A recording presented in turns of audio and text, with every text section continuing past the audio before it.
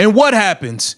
The Indiana Fever go out there and wet the bed and embarrass themselves and the fans and everybody that's watching.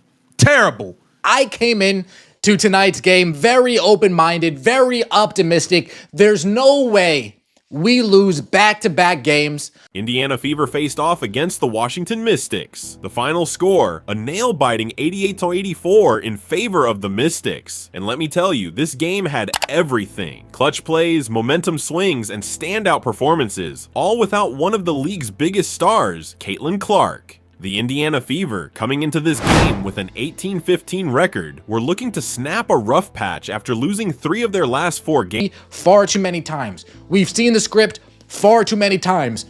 No way this team's going to come back after losing a lead in the fourth quarter. That's just not in our DNA.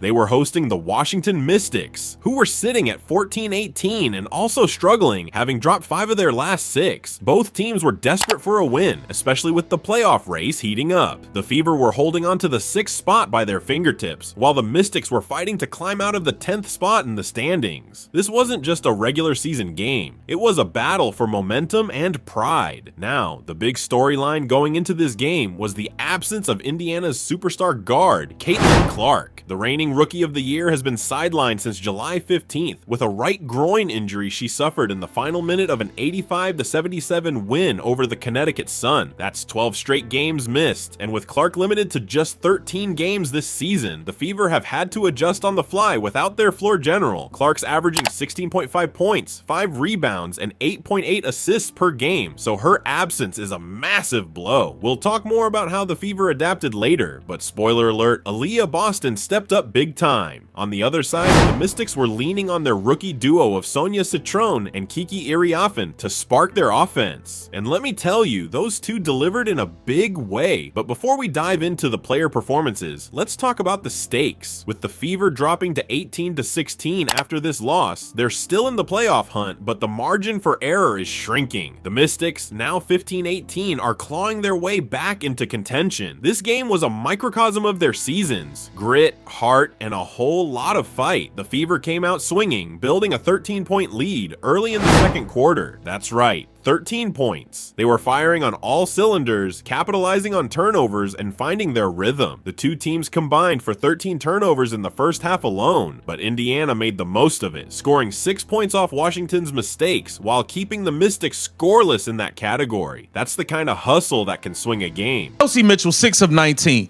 Welcome to Six Flags, y'all. This is your favorite roller coaster, right? Aliyah Boston had the quietest 20 points I've ever seen. Quietest 20 points I've ever seen, man. 30 minutes. Natasha Howard, you have won championships.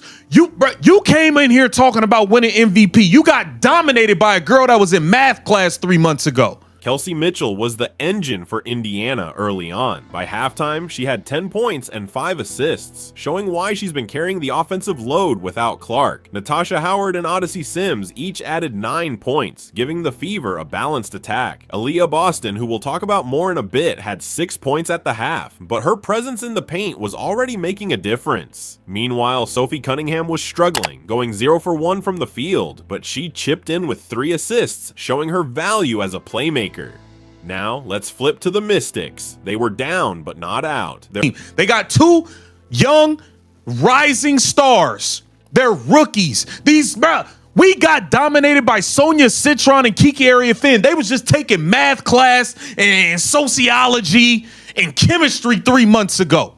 The rookie duo of Sonia Citron and Kiki Iriafen started to heat up, with Citron dropping some clutch shots and Iriafen dominating the boards. By halftime, the Mystics had clawed their way back, cutting Indiana's lead to just 5 points, 45-40. That's a testament to their resilience and ability to adjust. Washington's offense was clicking just enough to keep them in striking distance, setting the stage for a wild second half. The Fever were pushing the pace early, trying to exploit their transition game, but turnovers kept creeping in. Coach Stephanie White has been vocal about wanting crisper execution, especially without Clark, and you could see moments where the Fever's offense looked a bit disorganized. On the flip side, the Mystics were methodical, leaning on their rookies and veterans like Stephanie Dolson and Sug Sutton to keep the scoreboard ticking. This first half was all about momentum swings, and it set up a thrilling finish. Now let's shine the spotlight on Aliyah Boston, who was an absolute force in this game. With Caitlin Clark out, Boston knew she had to step up, and she did just that, finishing with 20 points and 9 rebounds. That's a monster stat line, especially when you consider the pressure she's under as the Fever's anchor in the paint. Boston shot an efficient 8 for 13 from the field, showing her ability to dominate inside against a tough Mystics frontcourt.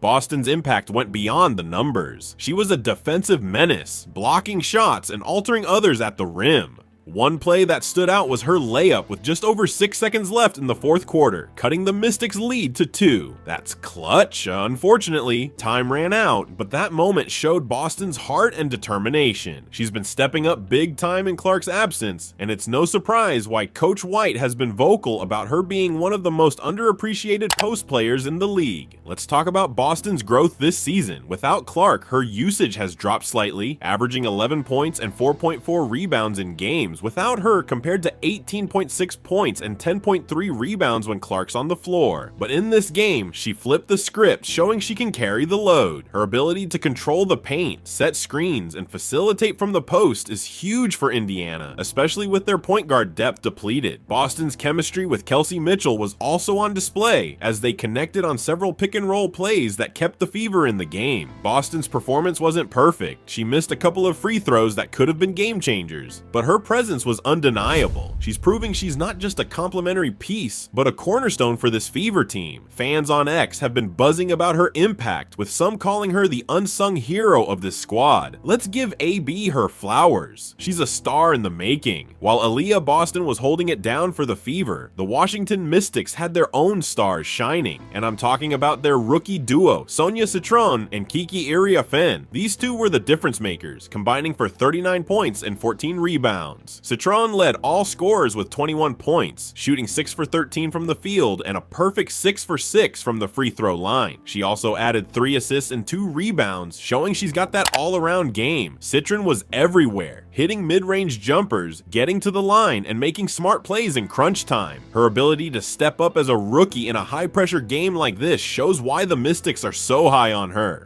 Then you've got Kiki Iriafen, who was a rebounding machine with 12 boards to go along with 18 points on an efficient 6 for 8 shooting.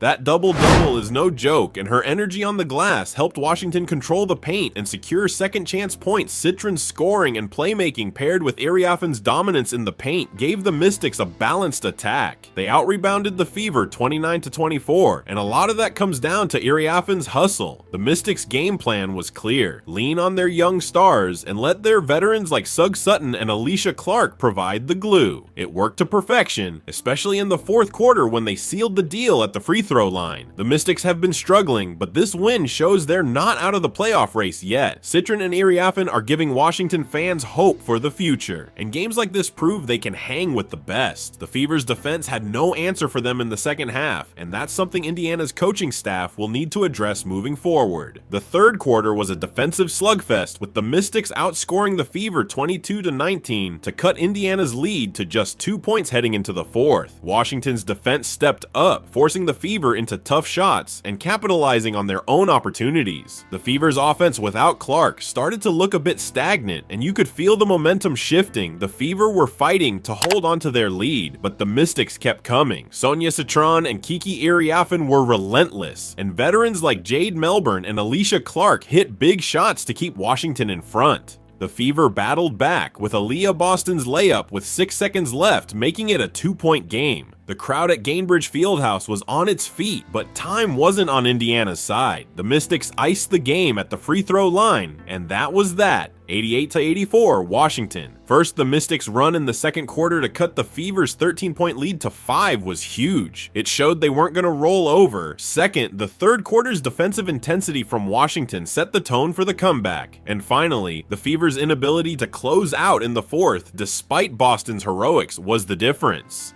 Turnovers and missed shots hurt Indiana, while the Mystics stayed composed. This game was a tale of two halves, and Washington owned the second one. Indiana's Stephanie White has been dealing with a tough situation, with Caitlin Clark, Aari McDonald, and Sydney Colson all sidelined by injuries. That's 3-point guards out, which explains why the Fever's offense looked disorganized at times. White's been pushing for better execution, but she's also been vocal about the officiating, saying players like Aliyah Boston and Kelsey Mitchell aren't getting the calls they deserve. She's got a point. Boston's physicality in the paint draws contact, but the whistles don't always blow her way.